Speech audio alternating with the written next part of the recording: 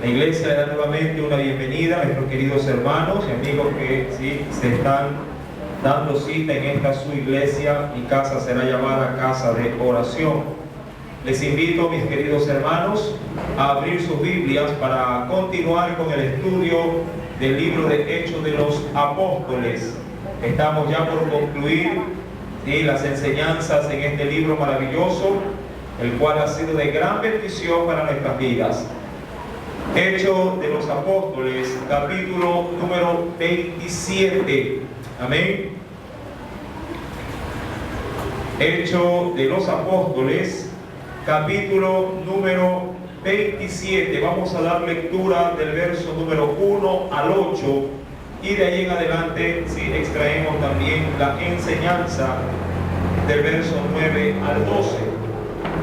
¿Lo tenemos todos? Y leemos la palabra de nuestro Dios en el nombre del Padre, del Hijo y del Espíritu Santo. Cuando se decidió que habíamos de navegar para Italia, entregaron a Pablo y a algunos otros presos a un centurión llamado Julio, de la compañía Augusta, y embarcándonos en una nave adramitena que iba a tocar los puertos de Asia, zarpamos estando con nosotros Aristarco, macedonio de Tesalónica. Al otro día llegamos a Sidón, y Julio, tratando humanamente a Pablo, le permitió que fuese a los amigos para ser atendido por ellos. Y haciéndonos a la vela, desde allí navegamos a Sotavento de Chipre, porque los vientos eran contrarios. Habiendo atravesado el mar frente a Cilicia y Panfilia, arribamos a Mira, ciudad de Licia, y hallando allí el centurión una nave alejandrina que zarpaba para Italia, nos embarcó en ella, navegando muchos días despacio y llegando a duras penas frente a Nido, porque nos impedía el viento, navegamos a Sotavento de Creta, frente a Salmón, y costeándola con dificultad, llegamos a un lugar que se llaman Buenos Puertos, cerca del cual estaba la ciudad de Lasea. Hasta ahí la palabra de nuestro Dios. Amén. Inclinados nuestro rostro, oramos para poner esta enseñanza en las manos de nuestro Dios. Padre, en el nombre de Jesucristo, le damos gracias en esta preciosa noche. Hoy, mi Dios, tú has preparado este tiempo para poder, Padre, asimilar de ti la enseñanza que tú, mi Dios, has preparado para cada una de nuestras vidas. Te pedimos en este tiempo, oh Dios, conforme a tu misericordia, que seas propicio, mi Dios, y que sea el Espíritu Santo hablando a cada necesidad de tu pueblo. Háblanos, mi Señor, y permite también que tu gracia y tu misericordia se derrame para cada uno de nuestros pequeños que se encuentran también, Padre amado, recibiendo la enseñanza de parte de sus maestros. Te lo pedimos en el nombre de Jesucristo y te damos gracias, mi Señor. Amén y amén. Hechos de los Apóstoles, capítulo número 27. Nos dice la Escritura en el verso número 1: cuando se decidió que habíamos de navegar para Italia. Recuerde, mi querido hermano, de acuerdo a las enseñanzas ya tenidas en esta iglesia, de acuerdo al capítulo 26 del libro de Hechos de los Apóstoles, y luego de que Pablo diera su defensa, su discurso delante del rey Agripa, delante también de este procurador Festo, Félix también, ninguno de ellos halló de por sí culpabilidad en la persona de Pablo, sino que por el contrario, como él había apelado, es decir, había de alguna manera puesto su causa para tratarla con el emperador, con César en Roma, La Biblia dice en Hechos 26, versículo número 32, y Agripa dijo a Festo: ¿podía este hombre ser puesto en libertad? Dice aquí, pero había una situación: si no hubiera apelado a César. Al parecer ya se había agendado en el calendario de César para que pudiera recibirlo. Si bien es cierto, el emperador no trataba con frecuencia casos como estos, pero un ciudadano romano sí podía hacer uso de esta atribución. Y Pablo así lo había requerido para librar su vida, recordando que en Jerusalén, si lo retornaban para allá, la muerte le esperaba. Ahora bien, justamente frente a estos antecedentes, dice el verso número 1 del capítulo 27, cuando se decidió, es decir, cuando ya todo quedó establecido por parte del procurador Festo, cuando se decidió que habíamos de navegar para Italia, amén, entregaron a Pablo y a algunos otros presos también junto a él, a un hombre, dice la Biblia, centurión, es decir, un hombre que tenía a su cargo 100 soldados, a un centurión llamado Julio, de la compañía Augusta. Recordemos, mi amado hermano, que los centuriones eran encargados de 100 soldados, y estos a su vez al servicio, del cuidado de las ciudades. Era también bien conocido que los centuriones viajaban a la capital, muchos de ellos para recibir, de pronto, nuevas directrices o nuevas órdenes, o también el reemplazo debido. Muchos soldados no veían a las familias, aun cuando salían a batalla después de 4, 5, 6, 7, 8, 10 años. Y cuando llegaban de sus comisiones, lo que pedían era licencia para poder acercarse a sus hogares. De pronto, en una de esas compañías fue enviado el apóstol Pablo. Dice en el verso número 2 del capítulo 27, y embarcándonos, la Biblia menciona, en una nave adramitena, perteneciente esta nave, o este barco, o este navío, a la ciudad de Adramite. Estas embarcaciones tenían rasgos muy particulares. De hecho, más adelante también nos dice que había otro tipo de nave, que era alejandrina, o de la ciudad de Alejandría. Ahora bien, estas embarcaciones, sobre todo la embarcación conocida como la nave adramitena, era también conocido como el barco de la muerte. ¿Por qué? Porque todo lo que los soldados llevaban como presos, como capturados de guerra, tenían por lo general un solo fin: llevarlos a las galeras, o llevarlos para que fuesen torturados y muertos. En esa embarcación Pablo fue introducido. Dice la Biblia en el verso 2, y embarcándonos en una nave adramitena que iba a tocar los puertos de Asia, zarpamos, estando, dice la Biblia, con nosotros, o llevando como compañero a un varón llamado Aristarco. Dice la Escritura que tenía como procedencia, de Tesalónica. Este varón debió haber sido un fruto del evangelismo que el apóstol Pablo realizó en medio de estos viajes misioneros. Acompáñenme por favor a la Escritura y veamos algo adicional.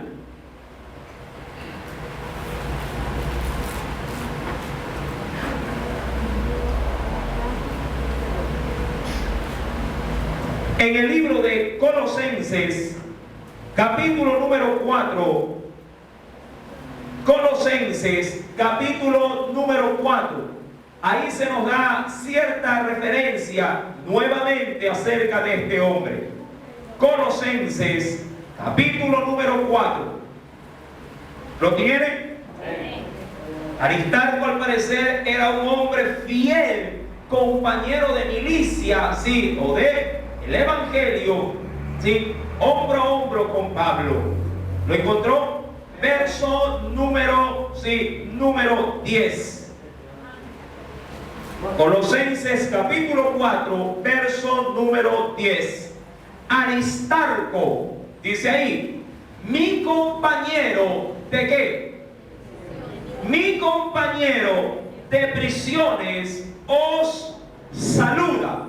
Y Marcos, el sobrino de Bernabé, acerca del cual habéis recibido mandamientos, si fuere a vosotros, recibirle. ¿Sí? Ahí tenemos esa referencia. Aristarco estuvo siempre, ¿verdad?, diría yo, hombro a hombro de su servidor Pablo, del cual estaba aprendiendo dentro de la obra misionera. Pero ese aprendizaje no lo estaba realizando en un centro teológico ni en una academia, sino en la prisión, día a día, experimentando necesidad y tribulación, pero no por ello perdiendo el gozo ni el don de servicio que tenía este hombre. Vueltos al libro de Hechos de los Apóstoles, capítulo número 27, dice en el verso número 3, luego de que se embarcan en esta travesía para ir a Roma. Al otro día llegamos, dice la Escritura, ¿hacia dónde? Hacia Sidón. Recuerden, mi amado hermano, si a través del estudio que hemos venido realizando, que Pablo fue tomado preso, ¿en dónde? En Jerusalén, en las afueras del templo, cuando éste había pagado los votos de ciertos hombres que habían terminado de hacer un pacto con Dios. Este fue luego trasladado hacia la ciudad de Cesarea y recluido para su protección. Pero los hombres, los judíos de Jerusalén, avanzan hasta Cesarea para hacer prevalecer su acusación. Es de Cesarea que parte una nave adramitana y llega hasta la región de Sidón. Tiro de Sidón. Versículo número 3. Al otro día llegamos a Sidón. Todavía estaba dentro, diría yo, del área de Israel. Y allí en Sidón algo se le permite a Pablo. Verso número 3. Y Julio, ¿de quién se trata? Del centurión, del mismo centurión, ¿verdad?, que dice el versículo número 1, un varón llamado Julio, que era centurión de la compañía Augusta. Verso número 3. Y dice, y Julio, tratando humanamente a Pablo, le permitió, dice la Biblia, que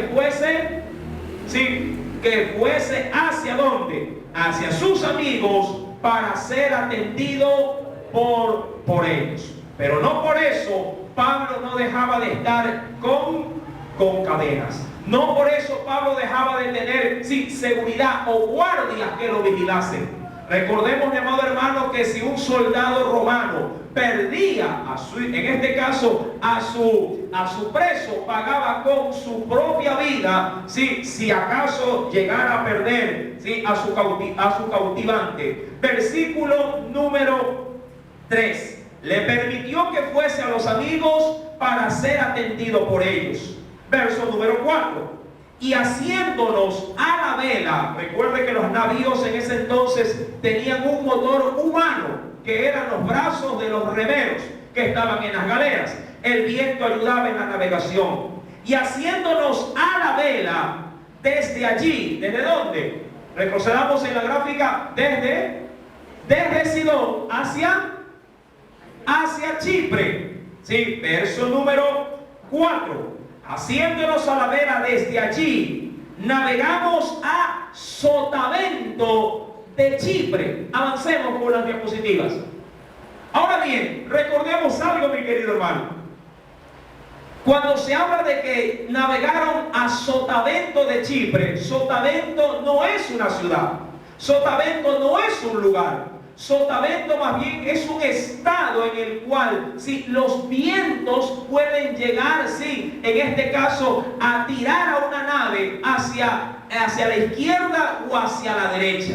Para entender un poquito mejor esta expresión bíblica, he traído una ilustración. Primeramente, esta es la isla de Chipre, la cual sirvió como puerto de llegada en el primer gran desvío desde la ciudad de Sidón. Ahora bien, cuando hablamos de sotavento, hablamos de la dirección del viento. En el lenguaje marino o de marineros se utilizan dos tipos de lenguaje: parlamento y sotavento. Parlamento, sí, es el viento ascendente, mientras que sotavento es el viento descendente. ¿Sí? En este capítulo 27 y capítulo 28 de las Sagradas Escrituras, del libro de Hechos de los Apóstoles, vamos a encontrar muchos términos que se utilizan en la navegación. Amén. No somos peritos, no somos de pronto entendidos en manejar estos términos, pero en este caso el evangelista Lucas, el cual era muy, diría yo, detallista de estas situaciones, sí las pone dentro de estos dos capítulos. ¿Para qué? No solamente para ilustrar la travesía de Pablo, sino también para dejar en alto el lenguaje que se utilizaba, sí, en ese medio en el cual Pablo también se desempeñaba. Dice la Biblia en el versículo número 5, verso número 4: haciéndonos a la vera desde allí, navegamos a sotavento, es decir, por medio de los vientos bajos o los vientos descendentes, sí, de Chipre, porque los vientos nos eran contrarios. Prácticamente se allegaron a Chipre, pero como que diría yo, a la fuerza, en contraviento. No habían vientos ascendentes. Sí, recuerde que el viento ascendente, estos barcos eran barcos, sí, que se impulsaban por medio de las velas, sí, por telares, y el viento empujaba. Ahora, dice en el verso número 5: habiendo atravesado el mar frente a Cilicia, sí, y a Panfilia, arribamos a un lugar, dice ahí, a Mira, ciudad de Cilicia. Y hallando allí, el centurión hizo algo muy particular. Ahí quedemos. Sí, cambió de nave, dice la Biblia, verso número 6. Hallando allí el centurión una nave alejandrina, nuevamente, que zarpaba para Italia, nos embarcó en ella. Ahora bien, sigamos por favor aquí dentro de esta gráfica. ¿Sí? Él diría la diagramación con raya verde. No sé qué también se ve en la parte del fondo. ¿Sí? Salen de Sidón, van directamente, sí, atravesando, o diría yo, costeando la isla de Chipre, y luego llegan a un punto llamado Mira, un puerto de hecho, sí, un puerto dentro de la ciudad de Licia y de Panfilia, esta región. Recuerde que la embarcación no se abrió directamente para viajar de pronto hasta la isla de Creta. ¿Por qué? Porque el clima no ayudaba. Ahora, ¿y qué tiene que ver todo esto, diría usted, con mi crecimiento espiritual? Lo vamos a ver más adelante. De hecho, del verso 9 al 12 se encierra en esencia, sí, la enseñanza que Dios quiere darnos a conocer. Vaya viendo cómo es esta travesía. Pablo había recibido una palabra de Dios. ¿Cuál era esa? Que era necesario que él lleve la palabra ¿a dónde? A Roma. Recuerden, si él iba a Roma, ¿quién iba a recibir el mensaje de salvación? El emperador. De hecho, ya un rey había recibido un mensaje glorioso. ¿Quién era este? Agripa. Y Agripa, frente a la presentación del evangelio de Pablo, había exclamado delante de Festo y delante de toda la corte: por poco me persuades a ser cristiano. Ahora, así como Pablo conocía muy bien, ¿sí?, la labor y la misión de la cual Dios le había emprendido, si lo había desafiado para que lo haga, el enemigo de nuestras almas también lo sabía.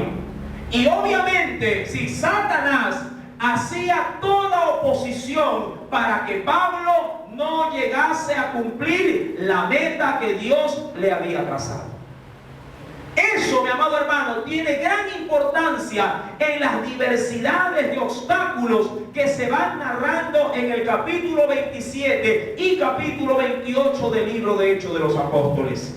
La Biblia menciona que desde que partieron, mi amado hermano, desde la región de Sidón hasta hasta llegar a Mira, los vientos ya de sí eran muy adversos. El clima no se daba para que la embarcación pudiese llegar de buena manera a su puerto final. Ahora bien, dice la Biblia en el versículo número 6, y hallando allí el centurión una nave alejandrina que zarpaba para Italia, nos embarcó en ella, navegando muchos días, y mire el asunto, despacio, y llegando a duras penas, ¿frente a dónde? Frente a Nigdo, aquí, en esta región. Recuerden que estaban en Mira, fueron hacia Nigdo, a esta región, casi, sí, en la isla de Creta. Llegando hasta Nigdo, y después de haber viajado muchos días, despacio, dice la Biblia, porque nos impedía el viento, navegamos nuevamente. ¿Hacia dónde? A Sotavento de Creta. Sí, a Sotavento de Creta, es decir, con los vientos que golpeaban en la isla de Creta. Esos vientos eran los que ayudaban a costear la isla para poder llegar, sí, a un punto mucho más abierto para luego llegar, obviamente, hacia Italia, hacia Roma, que era, sí, en la parte norte. Verso número 7. Navegando muchos días despacio, llegando a duras penas frente a Nigdo, porque dice aquí nos impedía el viento, navegamos a Sotavento de Creta. Recuerde que Sotavento son los vientos bajos, ¿sí?, o descendentes, frente a Salmón, que era una costa, y costeándola con dificultad, llegamos a un lugar llamado Buenos Puertos. Llegaron de Salmone, sí, costearon toda la isla y se quedaron en buenos puertos. Versículo número 8. Cerca de la cual estaba la ciudad de Lasea. Verso número 9. Vamos a entrar en materia. Sí, vamos a entrar en materia de estudio. Y habiendo pasado, dice la Biblia, mucho tiempo. ¿Por qué mucho tiempo? Porque el viaje no era tan largo. No era tan largo, pero la adversidad del clima había hecho que el viaje sea demasiado largo. Y habiendo pasado mucho tiempo y siendo ya, ¿cómo se hizo la navegación? Siendo ya peligrosa la navegación por haber pasado ya el ayuno, Pablo les amonestaba. Ahora, vamos a entrar, como les he mencionado, en detalle, en enseñanza. Pablo, sí, de alguna manera dijo, bueno, estoy aquí para que la voluntad de Dios en mi vida se cumpla. ¿Cuál era la voluntad del Señor? Recuerden, capítulo 23, verso número 11. ¿Cuál era la voluntad de Dios? ¿Qué dice ese verso? Hechos 23, verso 11. A la noche siguiente se le presentó el Señor y le dijo, ten ánimo, Pablo, pues como has testificado de mí en Jerusalén, así es necesario que testifiques también en Roma. Esa era la voluntad del Señor, de que Pablo ahora vaya y llegue a Roma, a testificar de Cristo en Roma. Pablo dijo, perfecto, ya estoy embarcado, estoy listo. Pablo no le temía lo que venía a futuro. Pablo temía que lo que se le había dispuesto no llegase a su fin. De eso sí temía Pablo. Pablo ya no le temía la muerte a esas alturas. Pablo ya temía no lograr su cometido. Y cuando Pablo se embarca en esa nave, amado hermano, y él que ya había viajado, ¿cuántas veces había viajado Pablo antes de embarcarse? 3 veces había viajado ya. 3 viajes misioneros él ya había realizado. Y en esos viajes, si este mismo recorrido que se veía en el mapa, si retrocedemos, gracias, si él ya había tomado ciertas rutas en su primer viaje, su segundo viaje y su tercer viaje, estas rutas ya eran conocidas del apóstol Pablo. Pero Pablo comenzó, a sacar dentro de sí una inquietud y dijo, a ver, aquí como que nos estamos demorando mucho más de la cuenta. A veces en la vida, mi amado hermano, usted ha vivido experiencias de una manera muy rápida, diría muy fugaz, y dice, bueno, qué bueno que las cosas se han dado de esta manera. Pero hay situaciones que a veces se demoran un poco más y usted se preocupa y dice, a ver, la gripe de mi hijo durará 2 o 3 días y estará bien. Pero cuando ya lleva 15 días la gripe y no sana, ¿usted se preocupa o no se preocupa? ¿Verdad? Son situaciones que ustedes dicen, a ver, pero sigue siendo gripe, pero está demasiado prolongada. Y usted comienza a preocuparse, ¿sí? Y comienza a buscar asistencia. Claro que como hijo de Dios, lo primero que usted busca es el rostro del Señor en oración. ¿Verdad que sí? Usted ora por un cáncer como ora por una gripe. Es el mismo Dios y su poder es el mismo. Ahora, Pablo se preocupa y dice, a ver, el viaje es verdad, es lento porque es en barco, pero sí, nos estamos demorando demasiado. Y Pablo de por sí hace un ayuno para que el Señor dé de alguna manera la dirección, la directriz, la luz en medio de tanta dificultad. Eso a mí me da una gran lección espiritual. En los tiempos más adversos, amado hermano, deben de ser tiempos de mayor búsqueda. Toda persona que está de alguna manera, ¿sí?, pasando circunstancias adversas, debe de ser siempre, ¿sí?, una persona que se refugia a través de la oración. Ahora, Pablo ayunó, dice la Biblia. Es decir, que se privó de alimentos para dedicarse a la oración. Pero hay algo que a mí me encanta, mi querido hermano, porque Pablo hace este ejercicio espiritual en un lugar que otros no hubiesen deseado hacerlo. Mucha gente dice, hermano, yo ayuno, pero cuando las condiciones se den para el ayunar. Yo ayuno cuando en la iglesia se convoca el ayuno. Hay quienes dicen, hermano, es que en la casa no puedo ayunar. Amado hermano, ¿dónde estaba Pablo? Estaba en un barco. 2, estaba preso en ese barco. ¿Sí? 3, las condiciones en las cuales él se encontraba no eran para nada agradables como para decir, aquí me voy a poner a orar. Más allá que el clima, el navío y todas las condiciones de la naturaleza estaban en contra como para dedicarse a un ayuno, para dedicarse a orar. Mucha gente dice, hermano, hoy no tengo tiempo ni cabeza para ayunar ni para orar. Hoy lo que yo quiero es que el problema se me resuelva. Pues déjame decirte que no. Mientras más adverso y las condiciones sean más difíciles, debes de hacerte tiempo y espacio para dedicarte sosegadamente a la oración. Porque solo en la oración vas a encontrar respuesta a tu necesidad. Solo en la oración. Pablo hubiese dicho, no es tiempo de orar, no es tiempo de ayunar. Pero Pablo dijo, aquí es donde debo de buscar a Dios el rostro, sí, su rostro en oración. Verso número 9. Pablo, luego de haber orado, obviamente, ¿qué sucedió? Pablo les amonestaba o les llamaba la atención. ¿A quiénes les llamaba la atención? Pablo era, ¿qué cosa era? El capitán del barco. ¿Qué era Pablo? Era un prisionero. Pablo les amonestaba, es decir, les llamaba la atención, los exhortaba, diciéndoles, varones, veo que la navegación va a ser, ¿con qué dice la Biblia? ¿Cómo se veía el panorama de la travesía de la nave? El sol estaba ahí hermoso, las aguas estaban mansas. ¿Cómo era la situación? El viento siempre les era contrario. Amén. Eso es como que usted le diga, hermano, vámonos para la izquierda, pero de pronto termina viéndose por el camino de la derecha. Eso es como que usted diga, hermano, quiero ir al templo, pero lo están llevando a una fiesta. Quiero ir a orar, pero lo están llevando de pronto a ver cosas que no debe de ver. Quiero ir a escuchar la palabra, pero usted se queda en la casa de fulana de tal escuchando el chisme. ¿Sí? Ahora, la Escritura nos menciona que a este hombre, ¿verdad? Sí, se lo estaba llevando por un lugar, obviamente, donde todo estaba en contra. Pero Pablo les amonestaba diciendo, varones, veo que la navegación va a ser con perjuicio. Ahora, ¿cómo lo sabían? ¿Quién se lo había dicho? ¿Acaso él era perito, entendido en navegación?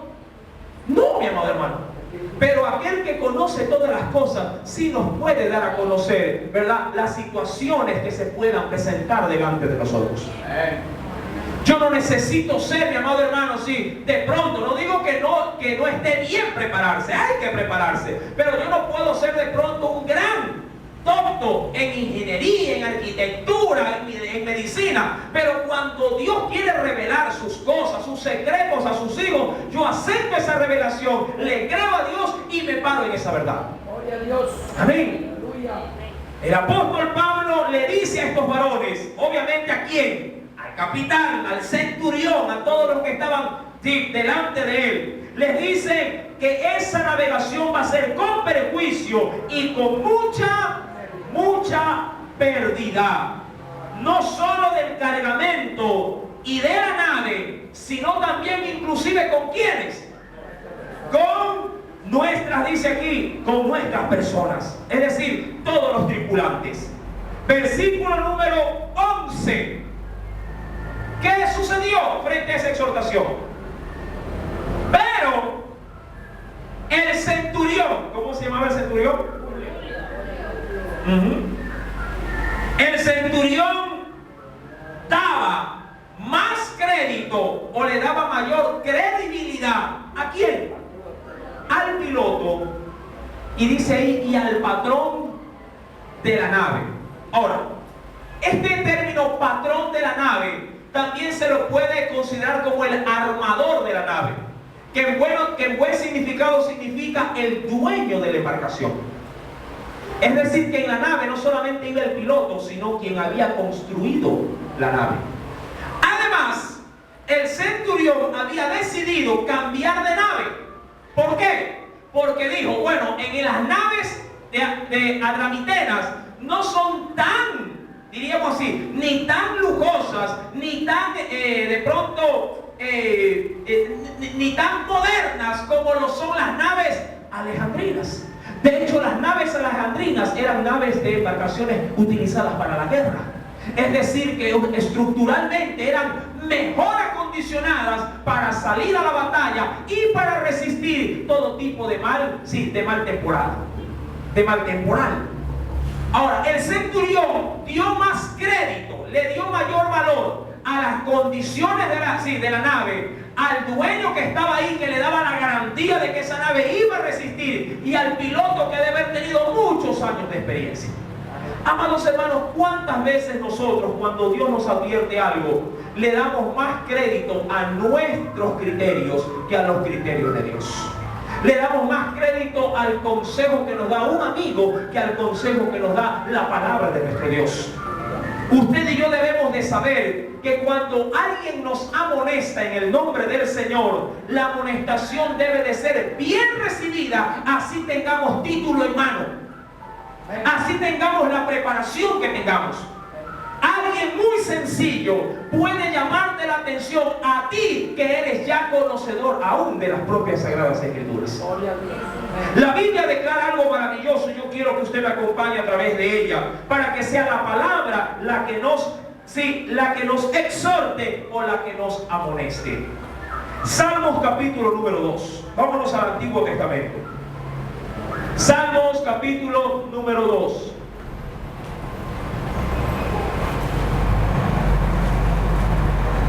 ¿Lo tienen? Verso número 10. Ahora, ¿para quiénes puede ir una amonestación? Veamos esta situación. Verso 10. Ahora pues, oh reyes, mire viendo la jerarquía, sed prudentes.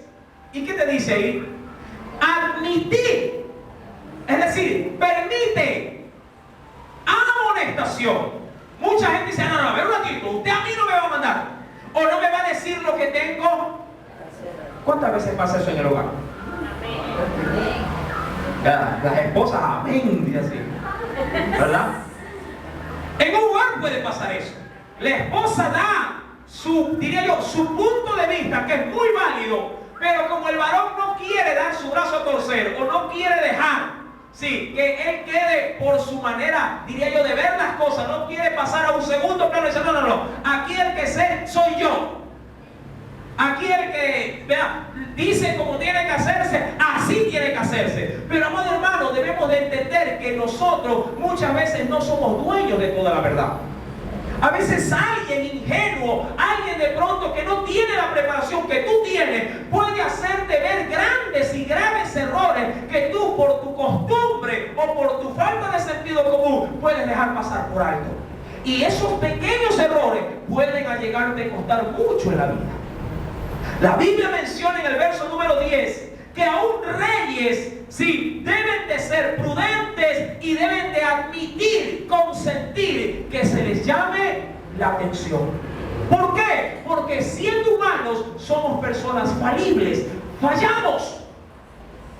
Ninguno de los que estamos aquí en esta tierra somos, de verdad, mi amado hermano, somos perfectos. Al contrario, hay imperfección en nosotros. Y la imperfección debe de ser debidamente dirigida por Dios para poder alcanzar la excelencia en Cristo Jesús.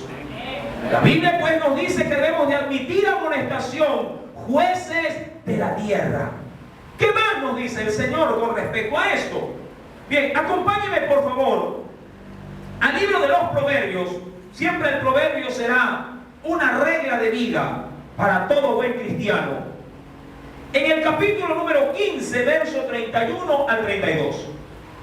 Ahí poco a poco vamos a ir subiendo hasta llegar al Nuevo Testamento. Proverbios capítulo número 15.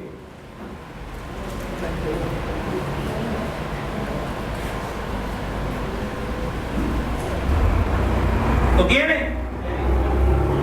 Dice el Señor: el oído que escucha las amonestaciones, y no dice de la palabra, esto se va un poquito más allá.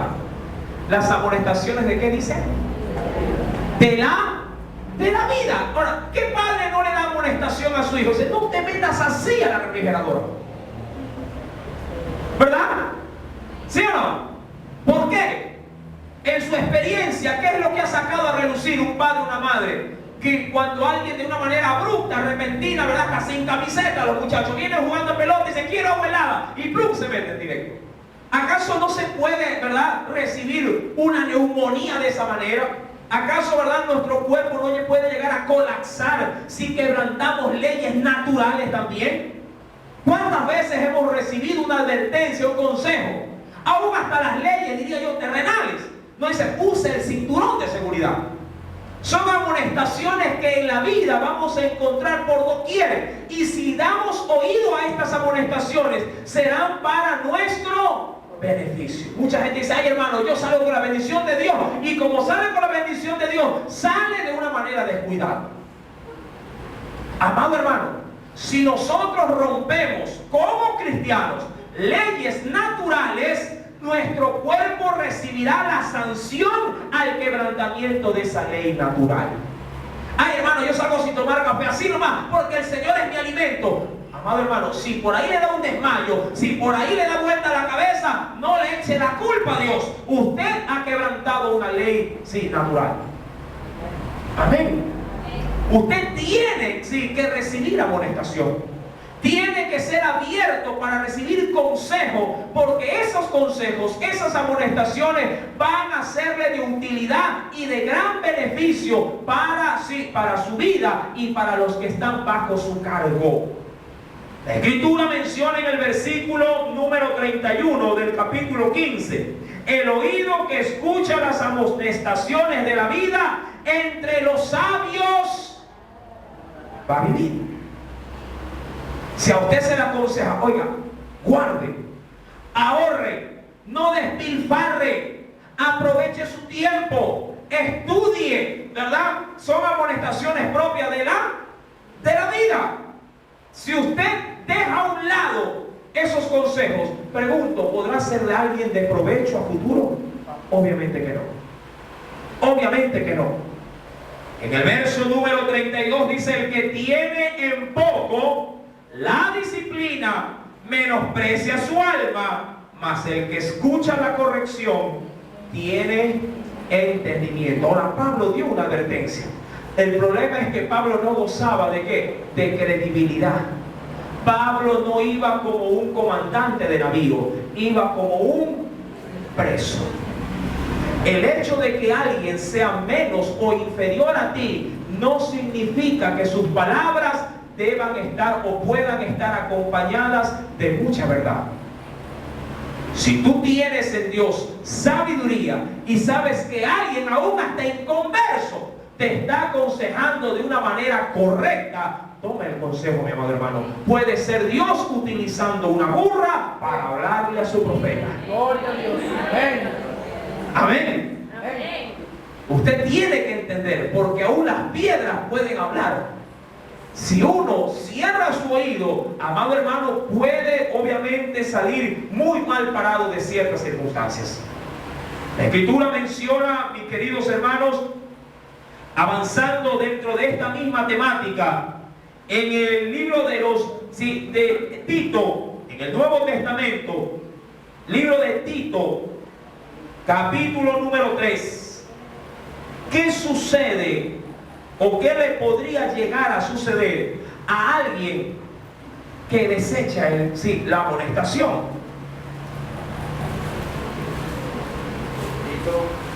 Capítulo número 3.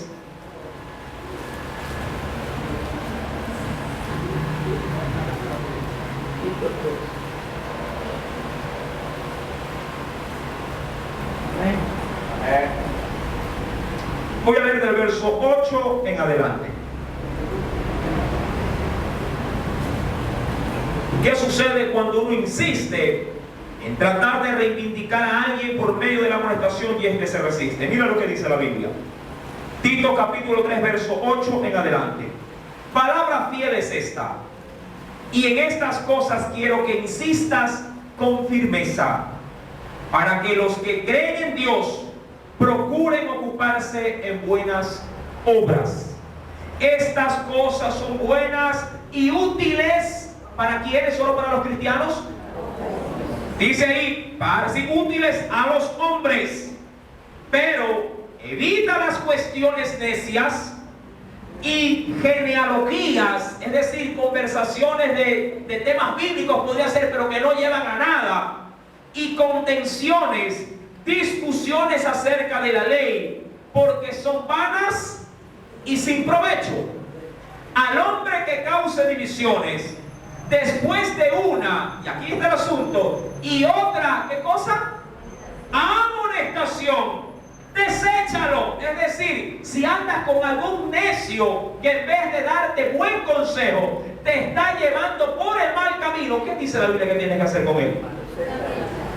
La Biblia no dice que no debes de predicarle, debes de predicarle, pero si él se mantiene en su necedad, tienes que abrirte de él. Amén. No podemos, mi amado hermano, correr el riesgo de nosotros caer en perjuicio por ir a salvar un alma. Si ya le has predicado, si ya le has advertido, si ya le has dado el consejo, pero él neciamente la amonestación que tú le das no la recibe, la Biblia dice que debe de ser desechado.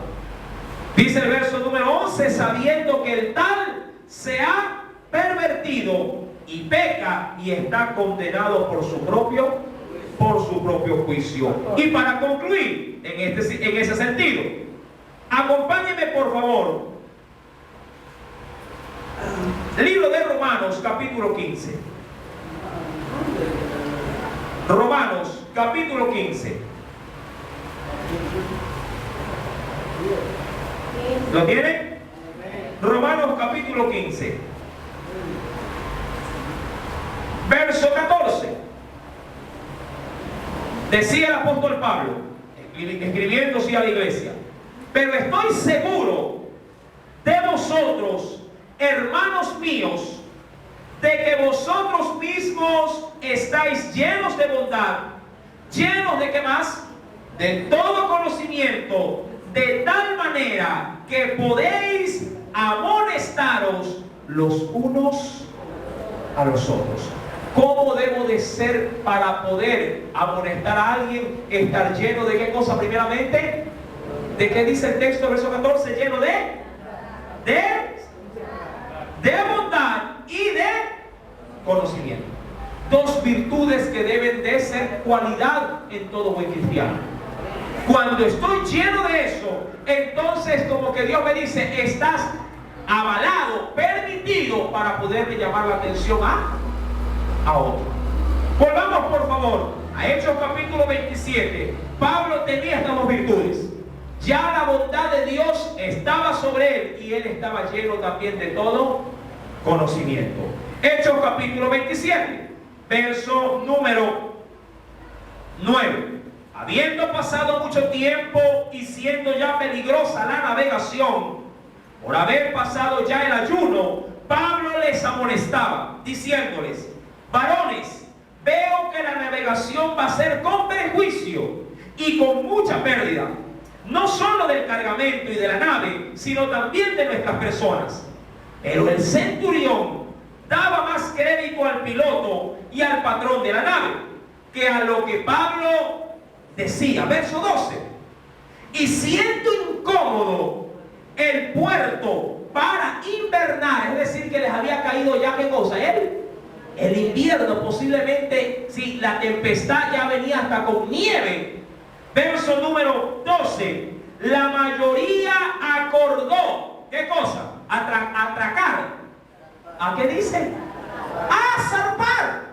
Es decir, ¿para qué quedarnos aquí? Ahora que el temporal comienza a ponerse feo, mejor zarpemos de una vez y lleguemos lo más pronto, para que el invierno no nos agarre con mucha fuerza. Pero, amado hermano, una cosa es lo que designa el hombre, otra cosa es lo que Dios ha establecido. Amén. Verso 12. Siendo incómodo el puerto para invernar, ¿por qué no se quedaron ahí? Simplemente ¿por qué? Porque les pareció, ¿qué cosa?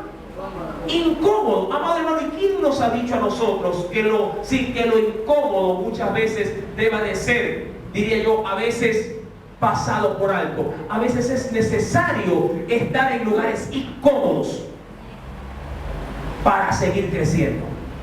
A veces es necesario estar en una banca sentado.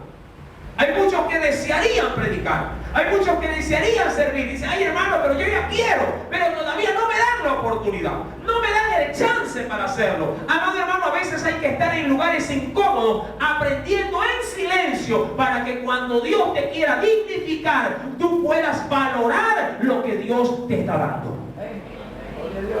A veces hay que hacer trabajos incómodos en las empresas. Poco a poco uno va a ir a escalar. Sí, obviamente es así, Dios quiere que tú vayas subiendo. A veces toca empezar en un negocio, sí, barriendo.